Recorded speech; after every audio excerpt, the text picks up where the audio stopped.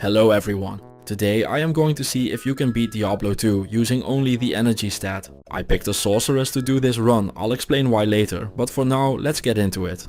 To get things rolling I have to go and get some level ups, which thanks to my aspirations to have the biggest blue ball in all of Diablo will go into energy. It's important to have goals after all. And this run definitely didn't start cause I wanted to make jokes about blue balls or anything. I am obviously far beyond that.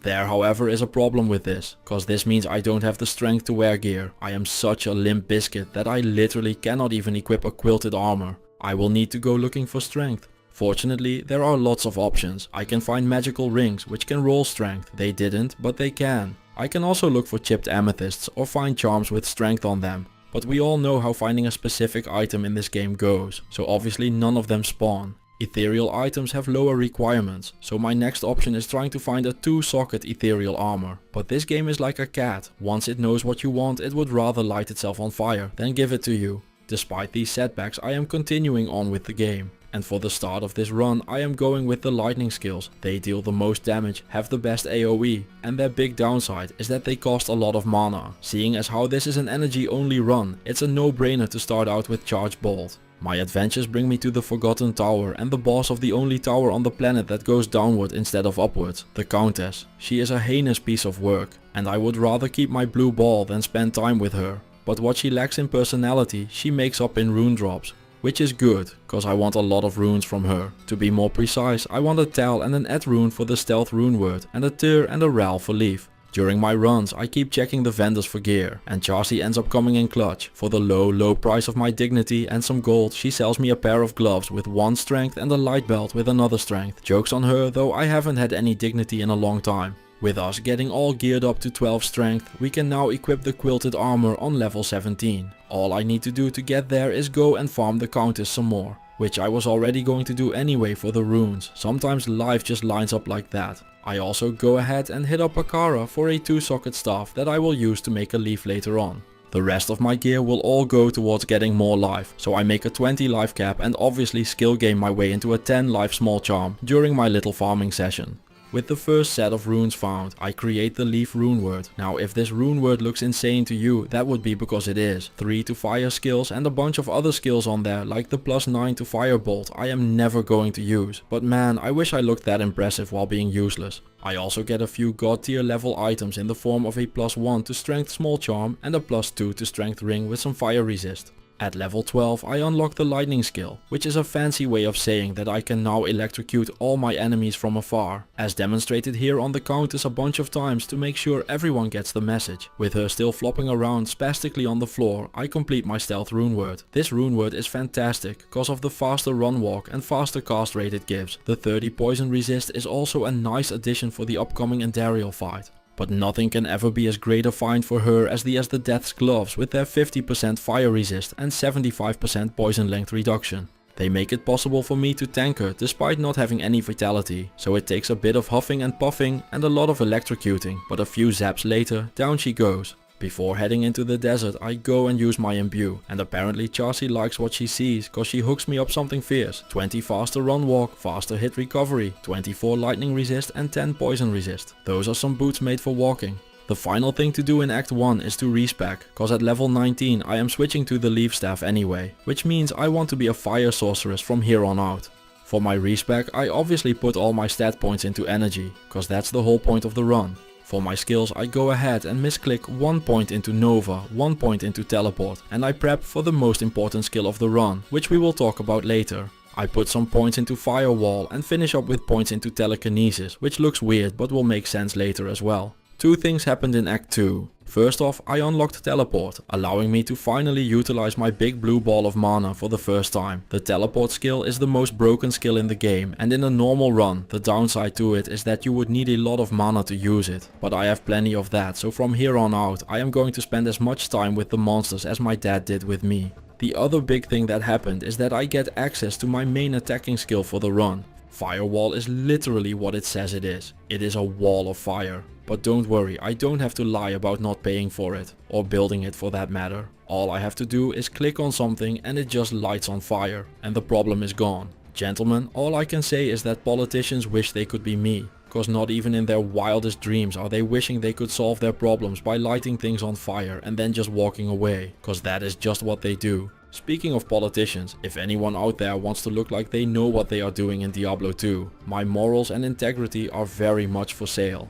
I use my newfound powers of fire and fatherhood to clear out some bugs, pick up the Horadric Cube and ignore the Claw Vipers, before making my way into the Arcane Sanctuary, where I end up getting lucky and getting a first way out of there. I almost get murdered in the process, but it's not like I'm going to die a lot on this run or anything, so I make it through no problem.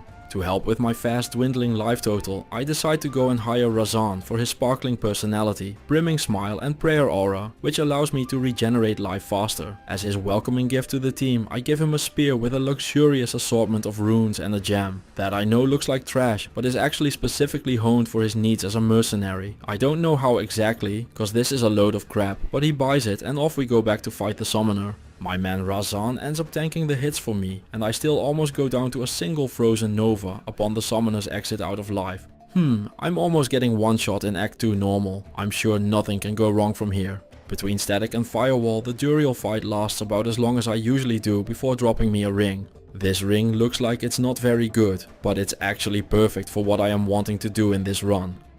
I'll get into the details of it later, but I'm basically building an energy shield sorceress in this run. Those thrive off getting energy, poison resist and as much damage and magic damage reduction as they can get. So while this ring looks cheap and trashy, it's perfect for this build. I'm sure I'll upgrade it at some point, but for starting out I could not have asked for better.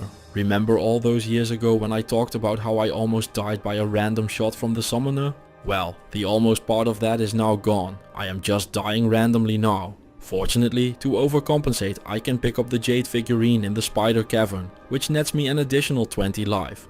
Some questing happens as well in Act 3, but the most important part is that I light the council on fire and the Jade figurine quest immediately shows its worth when I don't get one shot by Mephisto thanks to the 20 life it provided me with. He drops me a set bone wand, which is Sandra's superstition, a bone wand that exists. In Act 4 I go and say hello to Izual and the skill points he grants me are going into the core of the run I have been working towards. Remember when I said I would explain later? Well, this is later. So the build I am doing for this run is called an Immortal Sorceress. I don't get why though, cause as you can see later on I definitely still die once or twice. Thrice maybe even perhaps.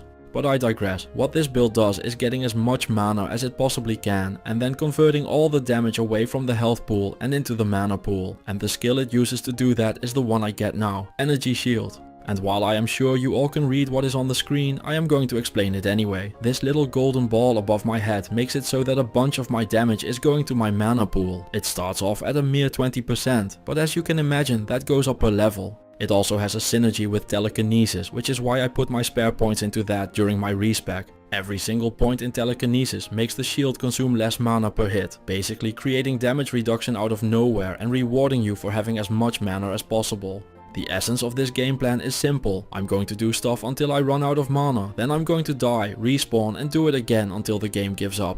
And that, my dear viewer, is why I picked the sorceress for this run. But Diablo 2 wouldn't be Diablo 2 if there wasn't at least one exception. In this case it's poison damage that is the Achilles heel. You have a very low life total and poison isn't stopped by energy shield, meaning that poison will make you regret every life choice you've ever made. This however can be fixed by just bringing and drinking antidotes, which is exactly how I'm doing things the rest of the run. Despite having a game plan, there are still problems around every corner. Currently I only have Firewall as an attacking skill. The Grand Vizier of Chaos however isn't much of a wall builder, with the hole being a ghost thing making bricks fall through him. All I can say for this fight is that I'm just happy Razan is here. Well, at least he is here until he isn't, because some things in the game just obliterate mercenaries and well, Diablo is one of them. For my revenge I just pretend the fight is hard while I static him to 1 HP and light him on fire. The Grand Charm I picked up turns out to have 5 strength on it, and while every fiber in my body wanted to sell it to Mala, I remembered just in time what kind of run I was doing again and managed to stop myself.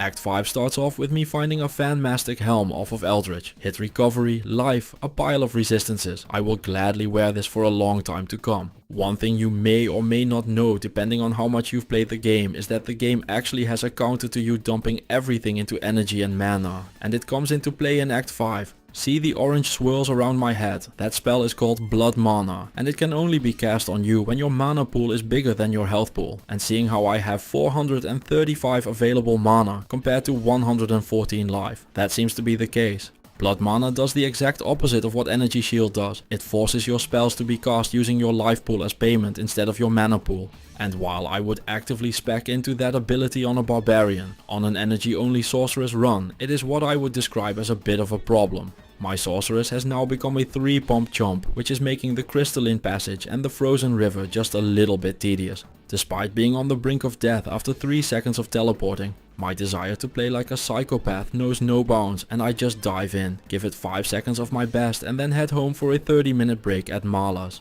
Thinking about it now, it's no wonder I feel so at home with this run. During all of this, the monsters were laughing at me for trying an energy only run, but after Frozenstein they aren't laughing at me anymore, cause I'm dead. Death isn't very sticky though, so I go and save Anya before heading on towards the Ancients fight, and I can report that in this fight I am actually able to take a few hits thanks to Energy Shield, so I have a few seconds to light them on fire, which is exactly what I end up doing. The experience boost you get as a reward for this quest gets me to level 31, which seemed like as good a time as any to show what things are looking like on the non-energy shield part of the build. I'm spexing into Firewall and Fire Mastery, and obviously I'm still at base everything except energy stat wise. Resistance wise, I am going to only look at lightning and poison, cause I like those numbers a lot more than what's going on in the other half. Razan promotes to being a doctor after giving Bel's minions a colonoscopy. The Bale fight is the hardest in the game for the Immortal Sorceress, cause he can cast the Blood Mana spell I talked about earlier. In normal however, it isn't much of a problem, and with Bale going down we have mostly completed the tutorial.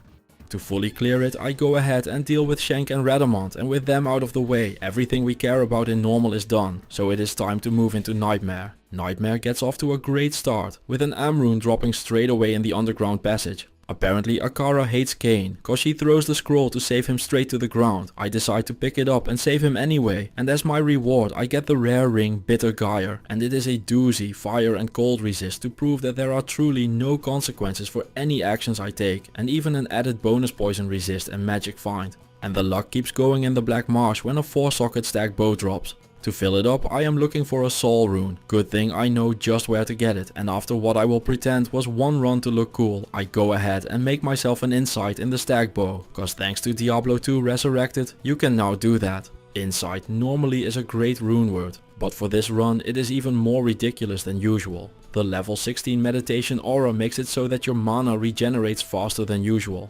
How much faster you ask? Well, at level 16 it gives me a super reasonable 675% extra mana regeneration. And yes, this works in the way that you want it to with Energy Shield. So by giving my mercenary an insight, I suddenly get 6.7 times the mana to burn with Energy Shield. This means that by making sure I get this aura, all of a sudden the name Immortal Sorceress makes total sense. Not gonna lie, actually thinking about what you're doing for a change makes this game very enjoyable. All of a sudden I don't have to worry about a cow hitting me with a polearm, cause my energy shield just absorbs that. But why are we back in the cow level, you ask? Well, I'll explain right after this ridiculous find right here. Some said heavy boots drop, and while these are usually Sanders boots, which would actually be an amazing find for this run thanks to their strength. In the cow level however, these can be the Cow King's hooves, a secondary pair of set heavy boots, however those are quite rare. To explain a bit more, I'm doing a run with every single set in the game and have found every single item I need for them many times over, except for the Cow King set, which I ended up creating in a hero editor cause I was tired of farming normal cows till my eyes bled milk. I spent hours upon hours looking for these boots, and now that I'm almost done with the run on stream and don't need them anymore, here they are. I swear this game is like a cat, cause I don't want nor care for them on this run. Anyway, back to the business at hand. I am in the cow level for a reason. And that reason isn't just to show off how many hits I can take from the cows now thanks to the meditation aura, although that is impressive as well. I am here to find a weapon base for the Spirit Rune Word, cause every weapon you find in the cow level on normal will get 4 sockets if at all possible, which makes it the best place to look for one. So I do what I claim is one run and a broadsword drops. Perfect, that will do nicely. However, there is a problem, and unfortunately it's a problem that I already used to know, but am now facing again. The strength requirement on this is 48, and as you can tell from the bright red color font, I don't have that. So how much do I have? A grand total of 22 if I use every single boost I can get, which isn't even half of the required 48. I need an additional 26 strength. How I'm going to get that, you ask? Well, I wish I knew, but I don't have a clue right now. So for now, I decide to just quest on. Which brings me to the Nightmare Andariel fight. Just like in normal, she is based on poison and running around, which is a natural counter to our strategy of hoping everyone else forgot about poison and stands still in the fire until they explode. The fight ends up devolving into a lot of running around, throwing firewalls and hoping that Andariel runs into the walls a bunch. The poison isn't stopped by the energy shield, which means that Andariel's toxic attitude transfers to me and my life total is consistently low as a reminder. Fortunately, I managed to take down the demon, and while she drops nothing of value, therefore wasting my time, something I would never do to you. To prove this, I take some damage to save time. In Act 2, all I want to do is to point out that I first weigh it again, cause I have teleport, which means I always first weigh. It's a law of nature. Speaking about laws of nature, everyone knows the famous quote about how an immovable object encounters an unstoppable force. As I convince myself that I am that unstoppable force, Duriel proves to me, many times over, that I am in fact no such thing. He decides to make this very clear to me. This battle teaches me that while vitality is for cowards and real men just chug mana potions, hope for the best and cry in a corner until the scary bug dies in a blazing wall of fire. A set amulet falls to the floor, which turns out to be a telling of beads, and let me tell you, I like these beads. For their +1 to skills, 18 cold resist and 41 poison resist of course. Get your mind out of the gutter. These make this another perfect insertion to add to my setup. Before I got told of the beads, life just felt empty, but with them everything feels just right. With my new amulet I now feel invincible as I head into Act 3, where that feeling is abruptly halted, cause the game smelled my happiness and it cannot accept that. I go again from the waypoint, but a trend seems to arise. My plan of doing things until I run out of mana, then dying and doing it again is running into a bit of a snag, cause right now I'm only doing the dying part of it. I know at this point I should surrender and put points into vitality, but that would be admitting defeat. My mana pool is massive and I can ignore my health and pretend everything is okay like a man. After making my escape from the waypoint I find the Git bin, and once again I end up getting lucky. The ring I get as a reward has 2 strength, a bunch of resistances I like, and the damage and magic damage reduction I yearn for every time I have a moment to myself. I'm sure this additional damage prevention means that I now am true to my name and have become an immortal Sorc. Or maybe it doesn't, cause in the Flayer dungeon I have to admit that my lord and savior energy shield has its own personal issues when mana burn comes into play. Is what I would say if I even had survived to make it to taking a hit from the ghosts. However, if you look at the footage in slow motion, you can tell that I died before the ghosts touched me. The screen going 50 shades of grey when something breathes even in your general direction while smelling of elderberries truly is a testament to the power of immortality. On my second attempt I do manage to pick up the brain as well as a Biggin's bonnet. I don't know why I'm showing it though, it's not like I'm going to use it, but I just really like this helm for some reason. Continuing on in Act 3, I turn out to be not so much a glass cannon as much as just getting glassed every few seconds. Between the Flayer jungle and the sewers, I think my survivability could be improved upon just a teensy little bit. I went and asked the council for advice, but I don't even make it to them before getting horribly assaulted by some weird looking old people in a dress. Looking for guidance I look at Kyoko, but she isn't faring any better. Even looking upon the boss fight apparently makes her implode. To ease the pressure of the fight I decide to lure out Ismail. He is cursed and extra strong, but I'm sure that won't be a problem. He hits me once and for some reason I don't feel a thing. That reason turns out to be because I died at even the thought of him touching me. At this point I don't even know if I'm talking about my love life or the game anymore. Continuing on with the plan of running out of mana, dying and then doing it again, I managed to borrow Kalim's flail. The Mephisto fight is to die for, I should know, cause I did. To be more precise, I barely survived getting tapped by a spirit and Mephisto slapped me straight out of existence. The Mephisto drops look impressive, but they require strength and dexterity, which I do not have. Once in Act 4 I go to Jamela, cause I figured that if I gamble away all my gold I can't lose it when I die. A solid logic, except for the part where I fly too close to the sun. I gambled a +6 strength belt and immediately sell it back to her because I forgot what kind of run I'm doing. However, that was not the worst thing that happens in Act 4. The entire act is filled with fire immunes, and while I can start out by just teleporting and ignoring past them, in the Chaos Sanctuary that is not an option. After realizing I forgot to make a safety TP, I wonder about life and the choices I have made, but looking at the stats screen reveals it might have mattered if I had grinded some more levels, cause I have a hunch that being level 37 at this part of the game is probably on the low end of things.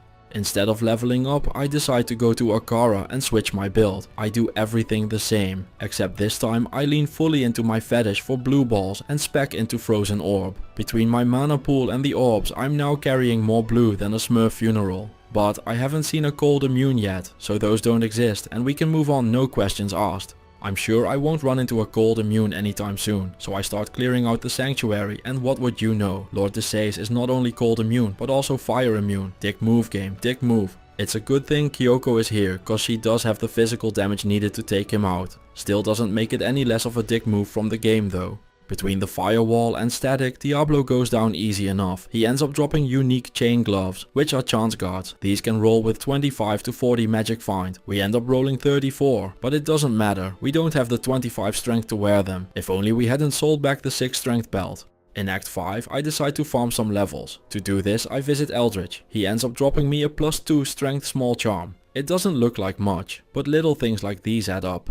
The rest of the act has me experiencing blood mana issues again, but I make it to the Ancients. As a bunch of celebrated war heroes, they do not know how to deal with the power of blue balls, and I make my way through them easily enough. In the throne room, Bale seems like he's wanting to die as fast as possible. Joke's on him though, I can still die faster. The Bale fight starts off with him summoning a clone to help make a bridge, a tower bridge to be exact. I want none of this, so I go and talk to Anya instead, who gives me a plus skills weapon with a pile of mana. Seeing as how my focus is not so much on the firewall anymore, it is time to leave my staff behind. The one-handed weapon allows me to equip a rhyme I made as well. Thanks to the extra mana and improved resistances, I find myself able to take a few hits from Bluey the Demon, and despite it being only Nightmare and still having the hard part of the run to go, this does fill my heart with some joy. With Nightmare defeated, I unlock Terror Zones for this difficulty as well. I decide to go and play around in them, and as a reward a rare clasped orb drops. With its 2 to fire skills, 2 to fire mastery, 25 mana, 21 lightning resist and 3 magic damage reduction. This weapon is just what the coroner ordered.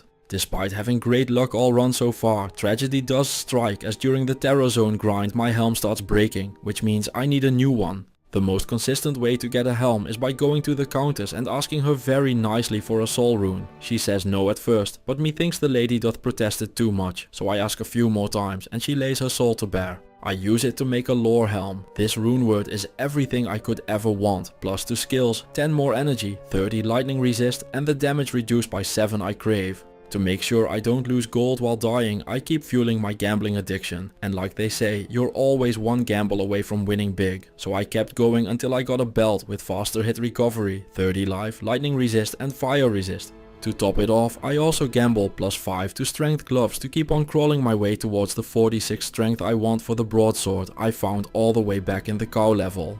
With my new gear, I decide to venture on into hell, which starts off with the Den of Evil. In here I can throw frozen orbs at the Fallens, and all I have to do to defeat Corpsefire is to just keep luring him through the firewalls. After completing the den, I continue on to see that a worrying trend rears its ugly head again. A simple teleporting session reminds me that this energy only run could just as well have been called the Please Don't Ever Touch Me run. The rest of Act 1 goes fine, and cause I have a lot of fire damage at this point and Dariel isn't much of a problem. For hell I have 3 things to focus on, the first being strength, the second questing through the game, and the third is to make sure that I actually have level 60, cause you need to hit that to be able to complete the Ancients quest. To that end, I decide to commit genocide on every bug in the Far Oasis. The extra experience gained while doing this really shows how much additional skill points help. With Energy Shield getting more and more up there, I can now even start to take a few hits while teleporting around in the Maggot Lair. Speaking about teleport, it also allows me to ignore everything in the Claw Viper Temple level 2, which is a good thing, cause I'm pretty sure that is what certain death looks like. In the Arcane Sanctuary I once again get the first way, cause of course I do on the teleporting character when it doesn't matter. Maybe I should try pointing a red dot at where I want the game to go, cause it truly behaves like a cat. The Duriel fight is about the same as the Andariel fight, just me running and teleporting around with the big bad evil monster following me around through the fire and the flames while I carry on. On the bug's demise, he drops the item that breaks open the run. A set circlet. Narge's circlet has a bunch of mods we don't care about in the slightest, but looks can be deceiving, cause nothing could be more beautiful to me right now than that 15 to strength. I go and chat up my old friend Larzuk to ask him to put a socket in the circlet, which I follow up by adding a perfect amethyst to it. And look at that, 25 strength from my helm. My life is now complete, and in the spirit of celebrations he puts 4 sockets into my broadsword. The 4 sockets allow me to put the spirit rune word in the sword, and having access to the spirit sword makes me as happy as a 15-year-old boy discovering what else is going on in the internet for the first time. Plus 2 skills, faster cast rate, a pile of vitality and mana. I couldn't ask for better, and after finally becoming a man of the world and regaining functionality in my right arm, I also go and save the barbs, so I can pledge myself to an ancient shield. Quelkek is just very happy to see his barbs saved. You can tell by him tossing the reward on the ground to make me pick it up like a swine. The Ancient's Pledge shield improves my resistances thanks to its 43 cold and 48 of the others. With that, our gear is really coming together, but the resistances are still very low. To solve this, I decide to go and say hello to the Countess for a Lum rune. Despite her always being immune, it is very easy to farm her cause she just gets stuck behind chests and Kyoko can take care of it from there. Despite her good services, Kyoko isn't keeping up anymore, so I give her some spiel about how life has many opportunities in store for her, and beautiful things will happen, but they won't happen with me. During all of this, I make sure to remind her that it's her fault for not leveling up, not mine. With Anor joining the team, the game immediately shows how displeased it is because in the next run I get ambushed at the entrance of level 5. But thanks to my new gear, my build is coming together, and for the first time in the history of the world I actually survive a tight spot. I give it the old college try, but the Countess doesn't end up ever dropping me a Lum rune, so I decide to move things along towards Act 3. At first I run into some small hiccups as I disintegrate thanks to some spiders, but on the second attempt I manage to clear everything out and grab the Jade figurine while I'm there. The rest of Act 3 is business as usual, and Mephisto ends up dropping me a Q Huygens armor, which, if you know the lore of the game, is ironic, cause that is the one guy in Act 3 he couldn't beat. So how he got this armor, who knows? With the build mostly complete, I don't expect a lot of problems anymore in Act 4. The entire go through of it is just me teleporting through the open areas, and once I get to the Chaos Sanctuary, it's just a matter of killing everything, which might take a while, but proves to not be very hard. Moving things along towards Diablo.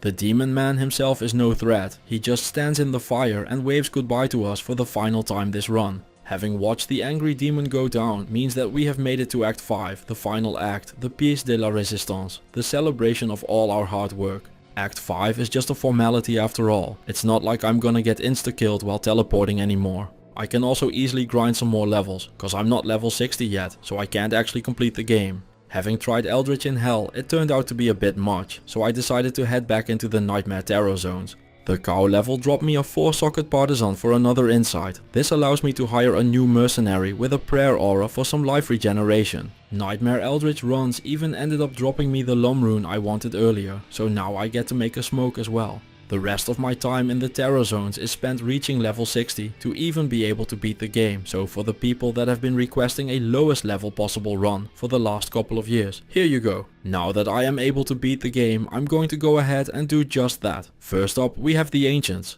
They are looking for revenge after Nightmare, so I have to teleport around aggressively and consistently. To my surprise, I can survive a single whirlwind, so I'm feeling pretty safe as I teleport around the arena. And even though they aren't one-shotting me, which of course feels great, I am also definitely not one-shotting them, making me feel less great. After a long and unforgiving battle filled with tension, all of that is released when Madark plows through me with his whirlwind like a very angry yo-yo toy. Sure, no problem, I thought to myself, I'll just go at it again. Cause the first time I almost got it, so how hard can it be? Well, turns out it's quite hard. Cause apparently the word immortal means different things to different people. To me it means never dying, surviving and things like that. To Madark, Korlik and Talik it seems to mean something else entirely. They see the word immortal not as a statement but as a challenge, and they have decided to turn me into paste to see just how immortal I am instead of allowing me through. So about 15 attempts of this later, I'm finally done with them and can move things along until I encounter one final dick move by the game. Viper Rend in the throne room is another fire and cold immune, and Azrael can't do what Kyoko could, so it takes one final reset to clear out the throne room, where it turns out that after burning a lot of skeletons and unravelers, Bale is still in a rush to die. But things are different now. Even with Blood Mana it doesn't matter anymore. I can just light everyone and everything on fire like they deserve. So with Bale going down, there you have it, the sweet release of the end of the run. So to answer the question, can you beat Diablo 2 by only speccing into energy? Why yes you can. Don't ask me to do it on hardcore though. With that, I want to thank all the channel members and Patreons for their support, and I will see you all in the next video.